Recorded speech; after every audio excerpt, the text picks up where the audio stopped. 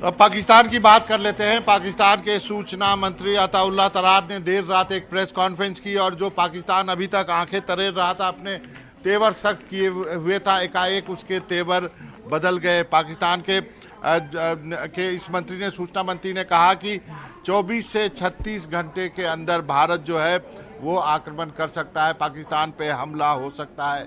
ये एक सहमी सी आवाज़ पाकिस्तान से उठी है। उस मंत्री ने यह भी कहा, भारत खुद ही इस क्षेत्र में जज, ज्यूरी और जल्लाद की भूमिका निभा रहा है। पाकिस्तान खुद आतंकवाद का शिकार है और पाकिस्तान दिल से विशेषज्ञों की एक कमेटी, आयोग बनाना चाहता है। ये सारी बातें जो वहाँ के मंत्री ने कही है। साथ में उसने ये भी कहा, तरार ने, कि भारत टकराव के रास्ते पर है, चलने का फैसला किया जिससे पूरे क्षेत्र में आगे विनाशकारी परिणाम होंगे।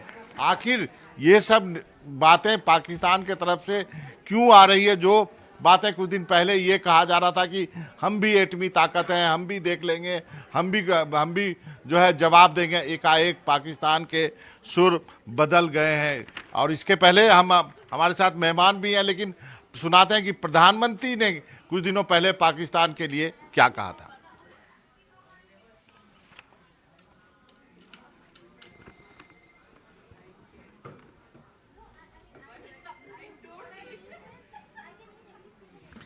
सहगल साहब हमारे साथ जुड़ गए हैं, रिटायर्ड मेजर जनरल पीके सहगल साहब, डिफेंस एक्सपर्ट हैं। सहगल साहब, आपका बहुत बहुत शुक्रिया है एनडीटीवी से के लिए, आपने वक्त निकाला है। पाकिस्तान के मंत्री का ये बयान आप कैसे देखते हैं कि अगले 24 से 36 घंटे में अटैक हो सकता है? देखो, ये साफ तौर पर दर्शाता है कि पाकिस्तान में काफी ज्यादा अनबैलेंस है, काफी ज्यादा डिस्टर्बेंस है, काफी ज्यादा नर्वसनेस है। वो घबराए हुए हैं कि कोई बहुत बड़ा हमला जो है हिंदुस्तान कर सकता है जल्दी। कल हमारे प्राइम मिनिस्टर ने तीनों सेनाओं को कंप्लीटली फ्री हैंड दिया है, और ये फ्री हैंड केवल इस ऑपरेशन के लिए, not for all times to come. Free hand दिया कि आप टारगेट सिलेक्ट करो, आप टाइमिंग सिलेक्ट करो, अपना मोड ऑफ ऑपरेशन सिलेक्ट करो।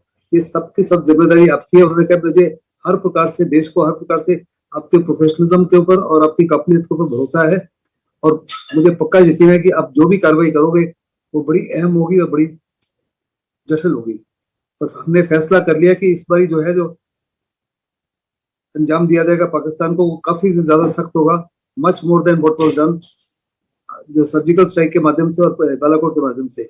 इस बारी कोशिश की जाएगी कि पाकिस्तान की जो काबिलियत है, जिसके माध्यम से दुनिया भर में ये आतंक फैलाते हैं, उस काबिलियत को खत्म किया जाए, और खत्म किया जाए इतने बड़े पैमाने पर कि पाकिस्तान दोबारा जो है इस माफी की हरकतें अगले 15-20 साल तक ना कर सके, और तो करने की हिम्मत भी ना उसके पास हो। और साफ तौर पे वो घबराए हुए हैं। अगर आप देखो तो ये आर्मी ऑपरेशन है, लेकिन पिछले 3 दिन से उनके आर्मी चीफ नजर नहीं आ रहे, शायद बंकर में है। बजाय फॉरवर्ड ट्रुप्स के पास जाके उनका मोरल मोटिवेशन बढ़ाए, उनका मोरल मोटिवेशन तो खुद भी गिर गया है। अपने परिवार को उन्होंने दूसरे देश में भेज दिया। 3 कोर कमांडर्स ने अपने परिवारों को दूसरे देश में भेज दिया। कहा जा रहा है कि पाकिस्तान में जितने भी अमीर लोग हैं और जितने भी सरकार के ब्यूरोक्रेट्स हैं, सब अपने अपने परिवारों को बाहर भेज रहे हैं। ये साफ तौर पर दर्शाता है कि पाकिस्तान जो है समझ गया है कि हिंदुस्तान कोई बड़ी कार्रवाई करने वाला है।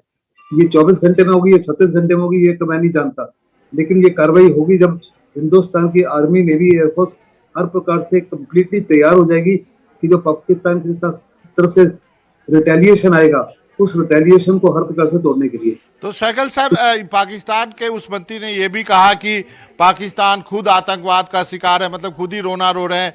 फिर यह भी कहा कि हम एक आयोग बनाना चाहते हैं, जो खुले दिल से विशेषज्ञों का आयोग होगा, जो विश्वसनीय, क्रेडिबल, पारदर्शी और इंडिपेंडेंट जांच कर सकता है, की पेशकश की है। इसको आप क्या देखते हैं? ये क्या प्लॉय है?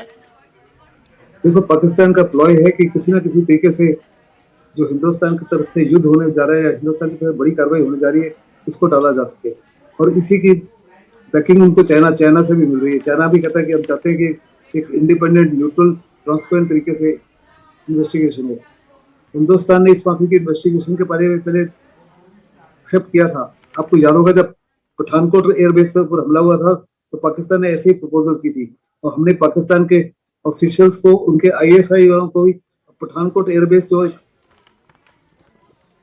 एक काफी महत्वपूर्ण एयरबेस है, वहां आने की इजाजत दी थी। लेकिन जब उन्होंने वहां से इंक्वायरी खत्म कर दी और जब हमने हमारी टीम में जाना था, तो इजाजत देने से उन्होंने मना कर दिया, हमको नहीं जाने दिया। तो वास्तव में इस माफी की कोई ट्रांसपेरेंट इन्वेस्टिगेशन हो ही नहीं सकती।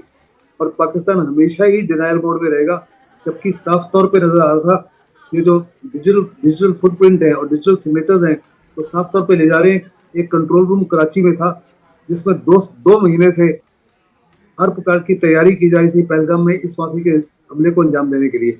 फिर एक सेकेंडरी कंट्रोल रूम बना हुआ था रावलकोट में, और ये जो मूसा है जो आतंकवाद के जड़ हैं जिन्होंने ये कार्रवाई की है वो पाकिस्तान फोर्स के स्पेशल सर्विस ग्रुप के पैरा कमांडो हैं जी। बड़े बड़े हाईली ट्रेंड है, बड़े वेल ट्रेंड है।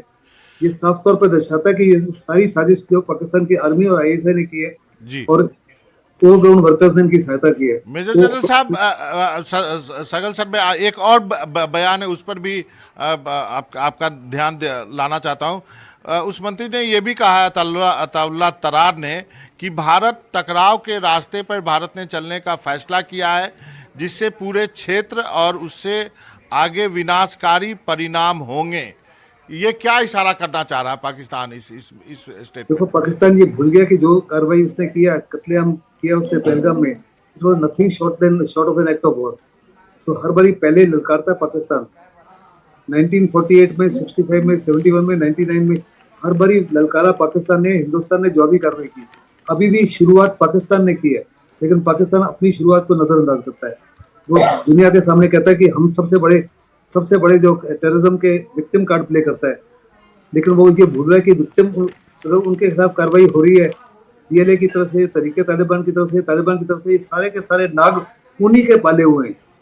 और साफ तौर पे प्रेसिडेंट ओबामा ने भी कहा था कि जिस माफिक से, प्रेसिडेंट क्लिंटन ने भी कहा था, हिलरी क्लिंटन ने भी कहा था कि जिस माफिक आप इतने बड़े पैमाने पर इन लोगों को पाल रहे हो, एक समय आएगा ये आपको ही डसेंगे।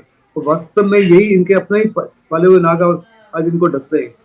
और पाकिस्तान जो है इसको एक्सेप्ट करने के लिए तैयार नहीं। तो दुनिया को कहता है कि हम सबसे ज्यादा पीड़ित हैं, लेकिन कौन है इसकी वजह, कौन है इसका कारण, वो इसके लिए देखने के लिए तैयार नहीं कि पाकिस्तान खुद ही जिम्मेदार है इसके लिए। तो इसका मतलब सगल सर ये हुआ कि पाकिस्तान पहले शुरुआत में जो उसके कुछ स्टेटमेंट आए कि हम भी एटमी पावर हैं, हम भी नहीं झुकेंगे, वहाँ से एक उसने पहले पोस्चरिंग की, फिर उसने भारत का जो रुख करा देखा और जिस ढंग से सेना के तीनों अंगों को खुली छूट दी गई है कि वही टाइम तय करें क्या करना है। उसके बाद अब पाकिस्तान जो है वो डर रहा है और इस ढंग की आवाज़ें आ रही है। रात के 3 बजे सोचिए प्रेस कॉन्फ्रेंस मंत्री करके कह रहा है कि हमला होने वाला है। देखो, पाकिस्तान तो साफ तौर पर घबराया हुआ है। शुरू में उसको लगता था कि पाकिस्तान कि हिंदुस्तान डर जाएगा, हम कहेंगे कि हमारे पास न्यूक्लियर वेपन है, हम इसका इस्तेमाल करेंगे। इस माफी की हरकतें तो पाकिस्तान के पुराने चीफ भी कर चुके हैं। सबसे पहले इस माफी की हरकतें जो है, इस माफी का इधर धमकी देते थे जियाउल हक, उसके नवाज शरीफ, सॉरी उसके बाद में मुशर्रफ साफ तौर पे कहते थे कि हमने जो न्यूक्लियर वेपन्स हैं दिवाली के पटाखों के लिए नहीं रखे, बारात के समय जो पटाखे चलाए जाते हैं शबे बारात, उसके लिए नहीं रखे, हमने केवल और केवल इनको रखा है आपके खिलाफ इस्तेमाल करने के लिए जी। तब ये कारगिल युद्ध हुआ तो अटल बिहारी वाजपेयी को बिल क्लिंटन ने कहा कि पाकिस्तान ने F-16 को मूव करना शुरू कर दिया सरगोदा से और ये न्यूक्लियर वेपन्स ले जा रहे हैं, आप आइए नवाज शरीफ से बातचीत कीजिए, कुछ समझौता कीजिए। मतलब था कि कुछ कॉम्प्रोमाइज कीजिए। अटल बिहारी वाजपेयी ने कहा कि मैं तो आऊंगा नहीं, लेकिन नवाज शरीफ को बता दीजिए, पाकिस्तान को बता दीजिए।